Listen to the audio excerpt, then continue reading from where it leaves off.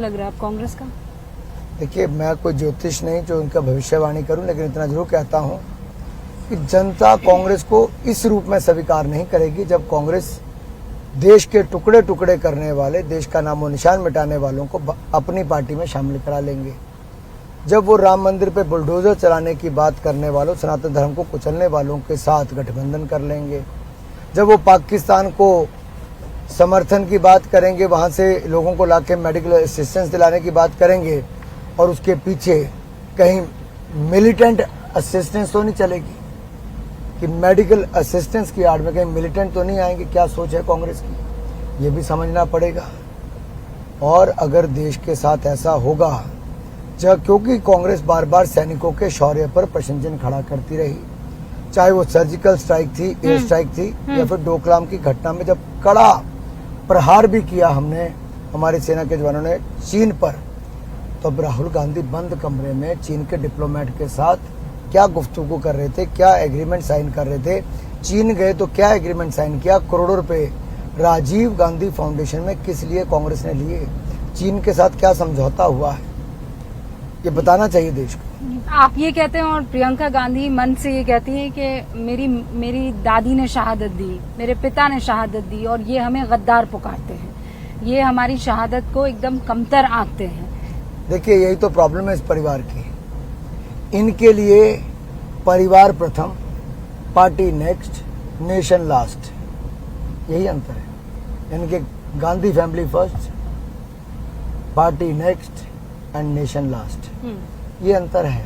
हमारे लिए nation first है। नहीं, पर वो तो प्रधानमंत्री के तौर पर भाई इन्होंने कभी महात्मा गांधी की बात नहीं की, इन्होंने सरदार पटेल की बात नहीं की, नेताजी सुभाष चंद्र बोस की बात नहीं की, अंबेडकर जी की बात नहीं की, डॉक्टर श्यामा प्रसाद मुखर्जी की बात नहीं की, इन्होंने किसी की बात नहीं की। इनको केवल नेहरू गांधी परिवार आता है। इन्होंने शहीद भगत सिंह को एक्सट्रीमिस्ट बताया किताबों में। क्या आपको लगता है वो एक्सट्रीमिस्ट थे कि उन्होंने देश के लिए लड़ाई लड़ी है?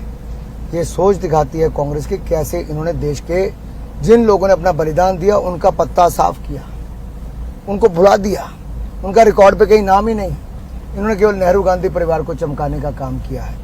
अरे भाई, डायनास्ट यानी कि अपने परिवार ने पार्टी पे कब्जा भी किया और देश के अधिकतर एयरपोर्ट, सड़कें, जो प्रोजेक्ट देख लो वहां पे इस परिवार के नाम है। तो क्या इस देश में किसी और का कोई योगदान नहीं है? ये सब आपने परिवर्तित किया है, लेकिन 3 अलग अलग परिवार के 3 बड़े चेहरे साथ हैं। उसमें केजरीवाल का भी समर्थन मिल रहा है, स्टालिन का भी समर्थन मिल रहा है। क्या है, लालू प्रसाद के बेटे हैं, राहुल गांधी हैं, उसमें प्रियंका गांधी भी हैं और अखिलेश भी हैं। ये तीनों आपको लगता है इस बार जब साथ हैं तो आपको कोई चुनौती नहीं मिलेगी? देखिए, पिछली बार भी साथ थे, तब भी कुछ नहीं हो पाया, तब भी हमारी सीटें बढ़ी, 282 से बढ़ के 303 हुई। और इस बार तो इनमें से कई जेल में हैं, कई बेल पर हैं और ये भ्रष्टाचार का इनका चेहरा बेनकाब भी हुआ है। वो आप लोग भिजवाते हैं जेल पर, बेल पर? देखिए, जो भ्रष्टाचार करता है वो जेल में जाता है। तो आपकी अगर पार्टी के लोग क्यों नहीं जाते? अगर वो ईमानदार होते तो उनको बेल मिल गई होती और सुप्रीम कोर्ट ने रिहा कर दिया होता। केजरीवाल तो बेल पर हैं। अरे कंडीशनल बेल पे है रूबिका जी, आप जैसों को क्यों बताना पड़ेगा? सुप्रीम कोर्ट ने कहा है कि केवल चुनाव तक है, 2 तारीख को सरेंडर करना पड़ेगा, फिर जेल में जाना पड़ेगा।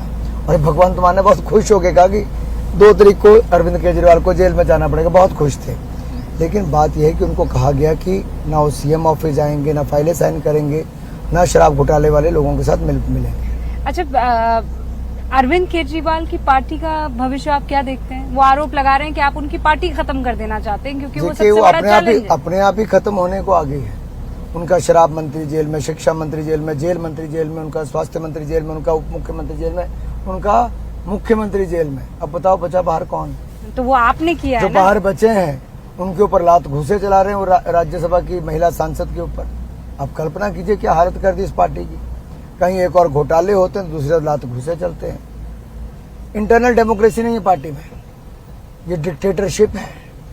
अरविंद केजरीवाल से बड़ा डिक्टेटर और अराजक देश ने शायद नहीं देखा होगा। इतना बड़ा झूठ बोलने वाले, झूठ बोलने में नंबर 1, अराजकता फैलाने में नंबर 1 और डिक्टेटरशिप में नंबर 1, तानाशाह नंबर 1। लेकिन तानाशाह तो वो मोदी को बुलाते हैं। अरे मोदी जी तो नरम दिल इंसान है, जो भावुक हैं। कोविड के टाइम पे देश की जनता को 220 करोड़ वैक्सीन मुफ्त में दे दी 80 करोड़ लोगों को मुफ्त में अनाज दे दिया, 25 करोड़ गरीबों को गरीबी रेखा से बाहर निकाल कर दे दिया, 23,000 हिंदुस्तानियों की ऑपरेशन गंगा में यूक्रेन से जान बचाई, हमारे नौसेना के अधिकारियों को मृत्यु दंड से माफी दिलाई और कतर से वापस पहुंचाया, 3 करोड़ हिंदुस्तानियों को वंदे भारत ऑपरेशन चला के दुनिया भर से हिंदुस्तान वापस बुलाया जब कोविड था। और यही नहीं, दुनिया भर में मददगार के रूप में मोदी और भारत उभर कर आए जब टर्की, सीरिया, लीबिया, नेपाल में भूकंप आए। लेकिन ये तो 2 ही लोग बताते ना, आपकी पार्टी में 2 ही लोग हैं, तीसरा कोई है ही नहीं।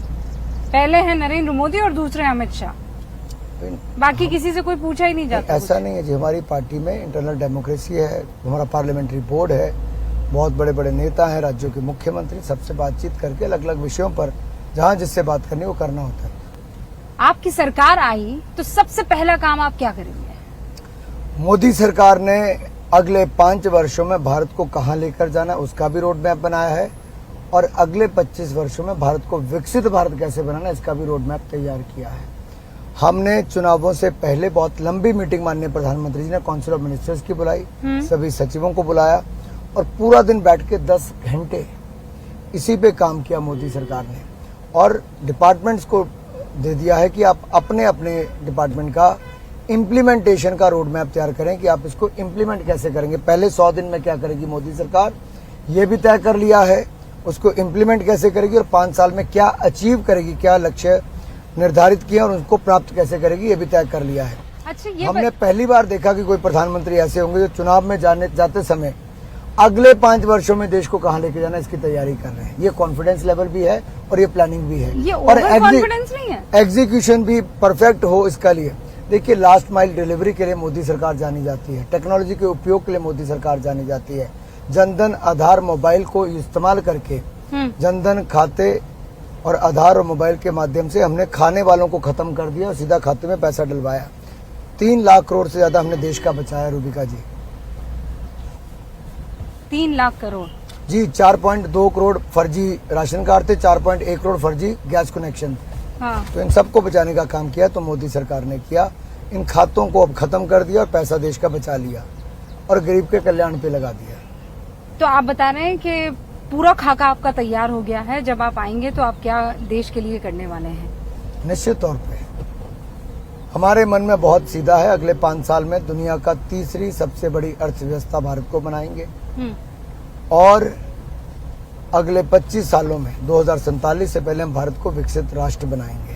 तो फिर हिंदू मुसलमान करने की क्यों जरूरत आन पड़ती है? हम नहीं करते, कांग्रेस करती है। आपको मुसलमानों से बैर है?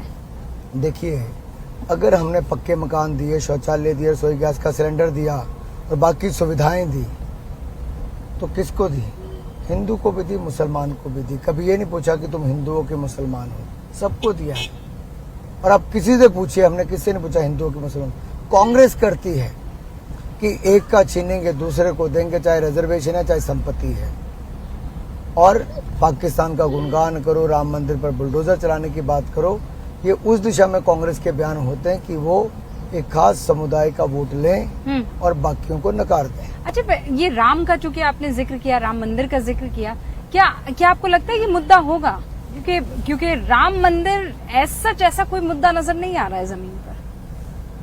देखिए, भावनाओं की बात है। राम पर के काम पर? मैं कह रहा हूँ कि हमने अपने काम पर और काम में राम भी है, क्योंकि एक काम हमारा ये भी था कि भव्य राम मंदिर बनाना है।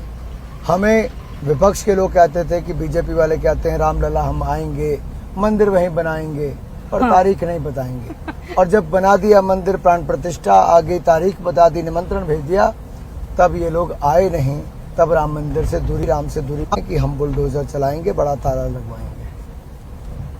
आपने जो भी वादा किया मैनिफेस्टो में, बड़े वादे, वो आपने पूरे। बड़े मंत्री आप भी कई दफा बयान दे चुके हैं।